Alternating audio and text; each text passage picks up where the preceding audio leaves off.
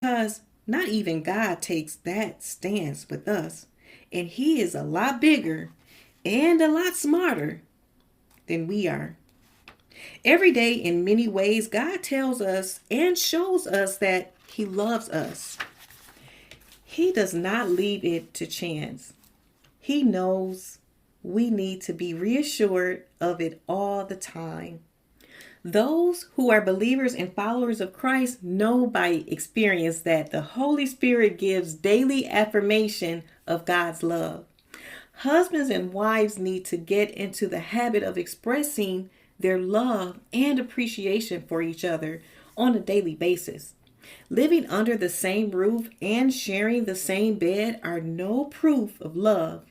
Just ask any of the thousands of affection-starved men and women who endure unhappy marriages day after day.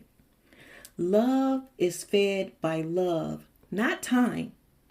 We need to get so used to expressing love and appreciation for each other that we feel uncomfortable whenever we don't do it. Honest love and appreciation are the lifeblood of a happy marriage. Don't take them for granted. Husbands and wives need to get into the habit of expressing their love and appreciation for each other on a daily basis. Don't ever assume love. Love needs to be expressed regularly and often. It should never be assumed. Husband, never assume that your wife knows that you love her. Tell her. Even if you told her yesterday, tell her again today. She needs to hear it every day. Wife, don't assume that your husband knows that you love him. Tell him. Even though he may never come right out and say it, he needs that reassurance from you.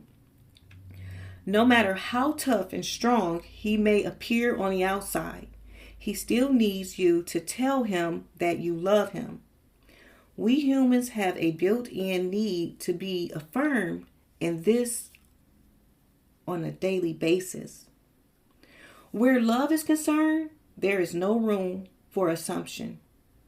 In this, as in everything else, Jesus provides us with a wonderful example. Ephesians 5:21 through 33 teaches that husbands and wives are to relate to each other the way Christ and the church, his bride, relate to each other. Verse 25 says that Christ loved the church and gave himself up for her. This is a reference to his death on the cross.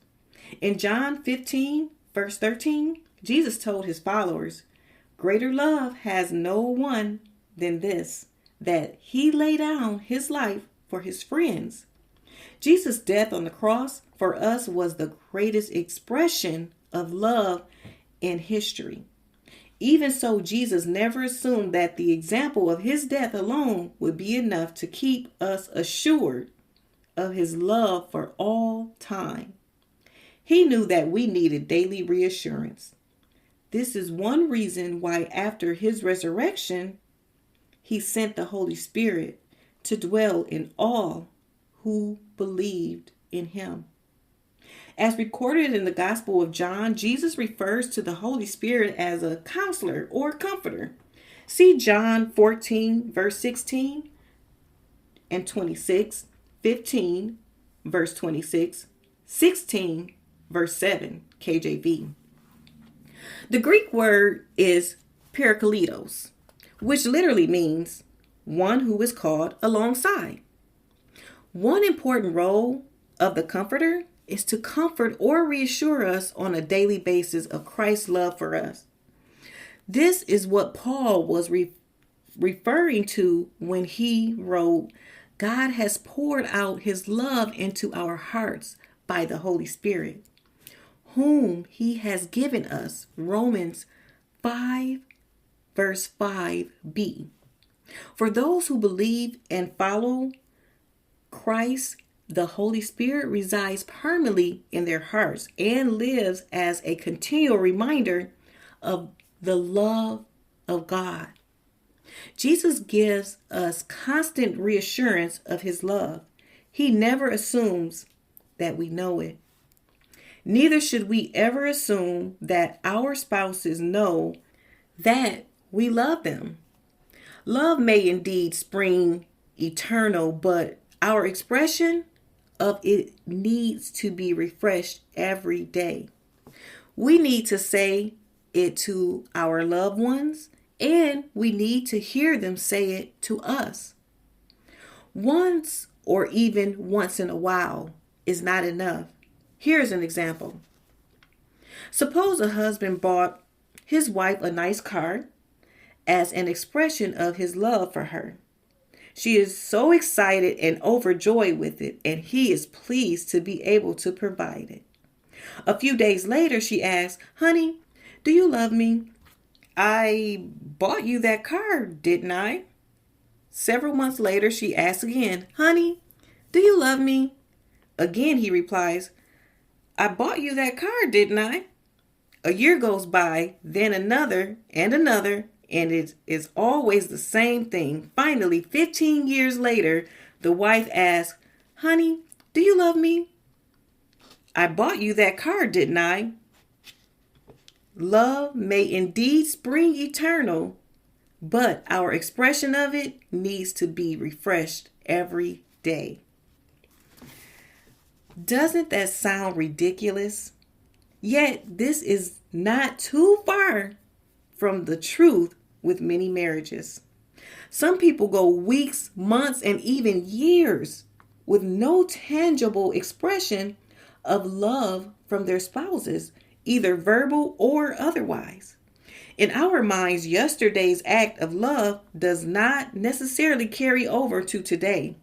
We all need daily reassurance. Although verbal expression accounts for only 7% of what we communicate when we interact with one another, it is still one of the most important elements for feeding and nurturing love, especially for women.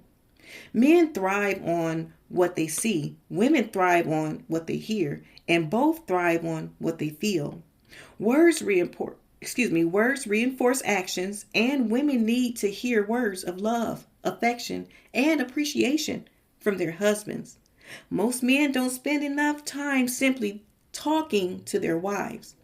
Over the years, I have counseled hundreds of couples who were on the verge of divorce over this very issue. I could not begin to count the number of times I have had a conversation with the husband that runs something like this. "Do you talk to your wife?" "Well, she knows I love her. I don't have to talk to her and tell her that. After all, I buy her rings and other nice things." "I didn't ask you what you bought her. Do you talk to her?" "She knows I love her." You're making an assumption. Look, I buy food for her and the kids, and I didn't ask you that. Do you talk to her? "Well, I bought her flowers on Mother's Day. I'm sure she knows I love her because of that." You're assuming again, and you're also presuming that your gifts equal your love, but that's not true. Giving things is no proof of our love. We must give ourselves first. That's exactly what Jesus did. He gave himself for us. Then we must verbalize our love. We must make our words match our actions. If we do not communicate our love verbally, we can end up confusing the difference between the thing and the person. We must learn to appreciate each other, communicate with each other, and talk to each other. Talking is the strongest way to attach meaning to our actions. We must be careful never to assume anything in other relationships, especially love. Pay little attention. Any happily married couple will be quick to agree that their happiness is due in large part to simple daily thoughtfulness, little attentions that they pay to each other on an ongoing basis. These can take many forms.